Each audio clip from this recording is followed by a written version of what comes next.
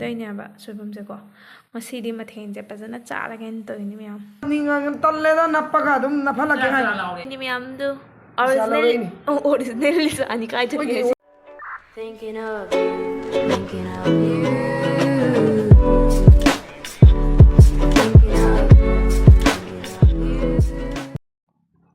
Hello guys, good morning and welcome back to my channel.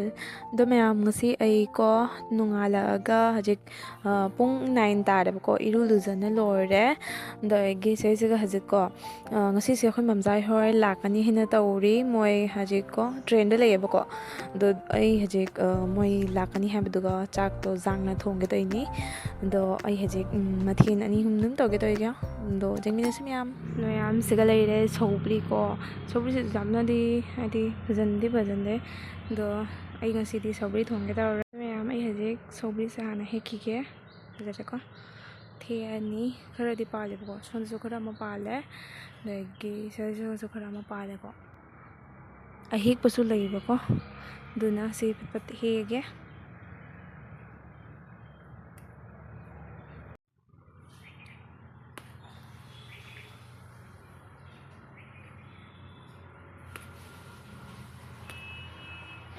to mayam se lere soubri hek lore simuk phangne ko simuk dum thongani mayam akoi su mi jamdabani dum charamadi dum pharani ko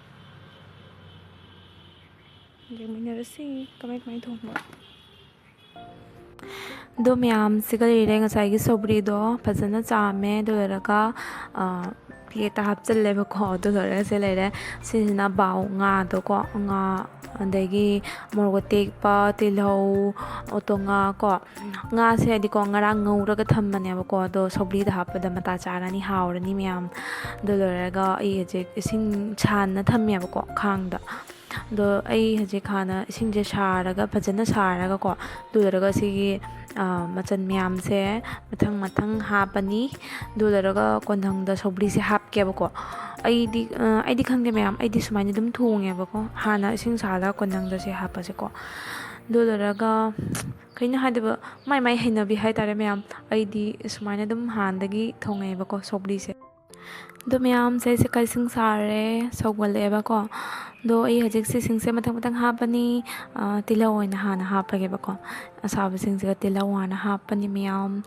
do leraga otonga hapani morok hapani ba ko otonga sa han thalarage do leraga hajik morok mo hapage mayam do leraga nga mo hapani ngasai nga do ko nga se di ko keno thau da tawrobanina hinjang se kharadi thaurek oirane ba khara ina ise kai do ingi ko se phajana phutlaga ko do lera konthang da soubri se hapke mayam ko do hajik phajana si sowa ngai rage khara sogol aga ko do ra hapke ba soubri se do mayam se jaga jang soba hore ba ko sing se phajana sare do hajik ai soubri do hapage ba ko soubri se happe mayam manam di khara namba hore ba ko ngasai gi tilhau ke kara khagi hapkibado otonga nga ke kara to ko manam khara name mayam haurani ngasi hinjang se jengmine rasi mayam ei mayam tu selere jengo soibum ko soibum se su thonge dai ni soibum ama ka thongani dai gi thangjing amit pe ma ka tawrane ba ko sise haurani ngasi hinjang do mayam selere soibum do aina ko chara ani dum charani ba soibum do ko chara ani ama thokna jiki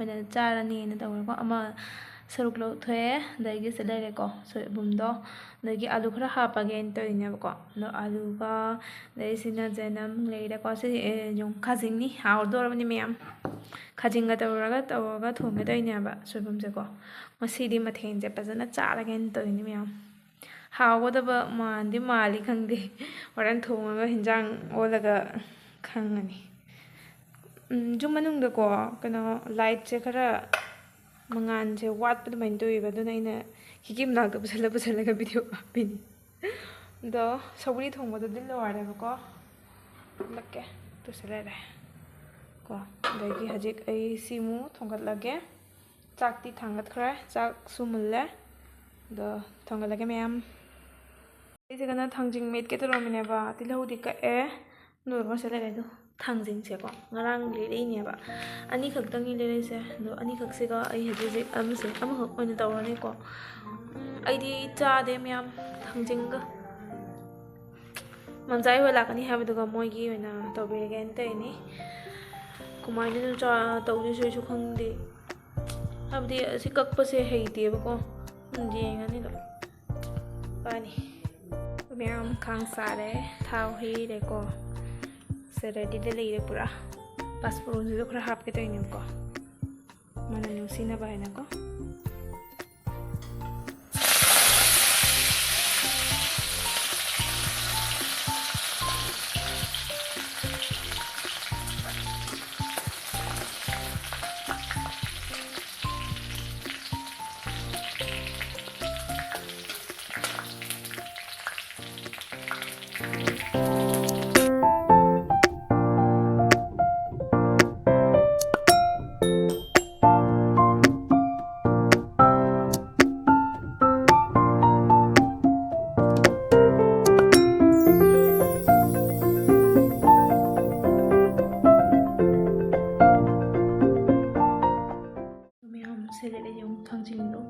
jamwana kakre boy hey boy hey the boy ahan ba kakcheri thang jing ji ko no jik sim modu sini cha do je mo jing je no thok te nyam sa je kamai na thok to no khang de chamos na ta usira khang de bo do thor ke yong ya do myam se le re ai ne isin katang ha pe ba ko isin katang ha pa ga ngatang ga ngौरे हे हजे खर खर आलू तो हदे मुले बको दो हदे मरो में पांग लोय सुना बा हाप पगे बको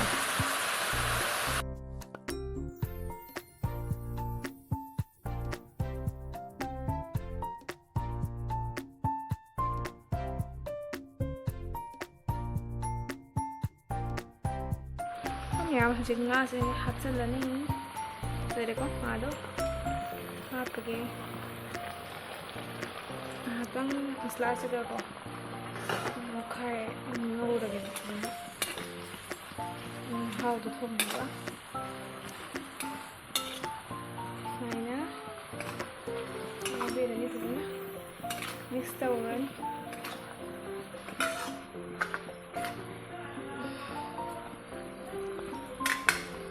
Matang ko pagkat hamage ko. Dura ko na mahido hap kani. Ay se thangjing ka ko met na bagi moro hi pala inem ko moro atik mo na hap ke tani do moro ngo bisa manam jam nu si ba ko do na moro ngo bisa amani dum jahon ge na hi ba ko jam di ho de jam di pa ni swai do pa di do khara sa do wa ti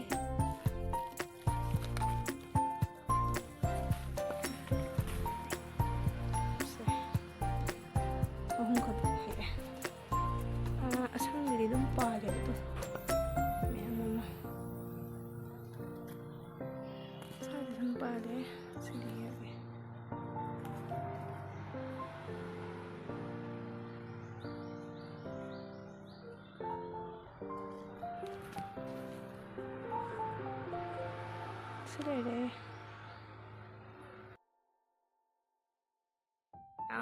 sirere hinjang do ko aim hi hape ko thum nang re hape jam na utre ko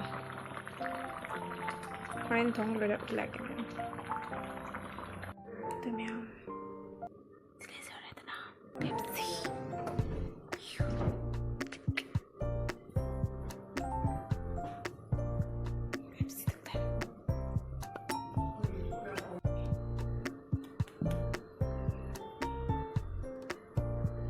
One hour later.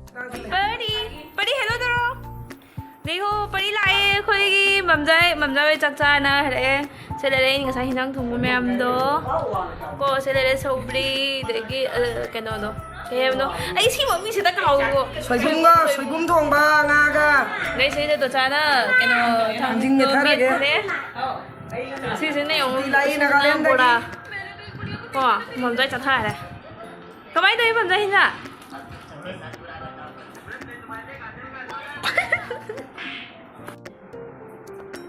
Kasi mamjai rai la ine ba.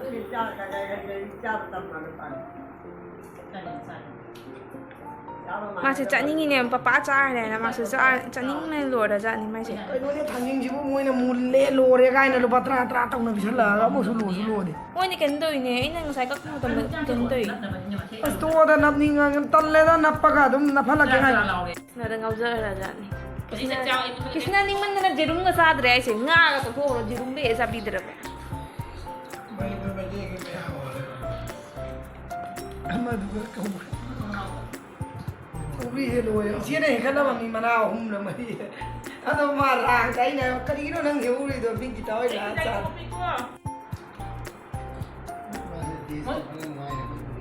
Mới uống này nè, mới uống về mới mà nè, cái này của quali này cũng nè, nói được rồi bắt đầu với quali này. Alo. A few moments later. Mama apa ban?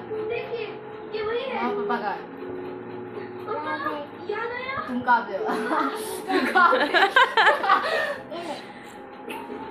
Lena lagi.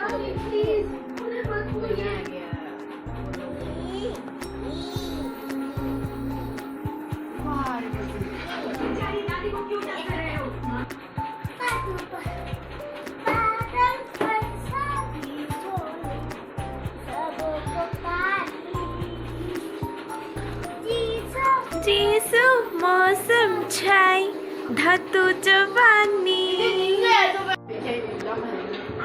Mending kau main dari hinang kau? Làm hầu chỉ cần ăn. Em phật rồi nó. Nó trên thi đâu cái gì nữa? Cái hầu này cái hầu dầm này. Kau di hawin sa đi một sai hè mày vậy. Rồi chỉ test của đây là cái ngay này bà có. Đồ mà thật chắc ra đi. Mà em hầu cho bây giờ em còn chuẩn bị cho bây giờ mà tôi dám qua này là. Bye bye guys. Like, subscribe, share đâu rồi mua đi hay không? Like, subscribe, cái chia cái từ đó mà bắt đầu. Không biết cái đầu tiên ngoài luôn. Nhưng mà mấy người này đẹp. Bye. Ada dah cewek pun di pan betung nen. Orang nung thang thong na ba ni ma'am do? Original. Original sa ani kai Oi thang. original isa, ikai nu ni. Kya gino subo. Ay may tagar. Khuất chừng ní. Thang do ama sori do man pure. Ama sina ne lai tha ni tha ba matam da ne matu no tek thok ra ba smai hai han ma matam da. Oi bubok manga mini liram dre. Bố sang cũng còn nè. Thinking of you, thinking of you.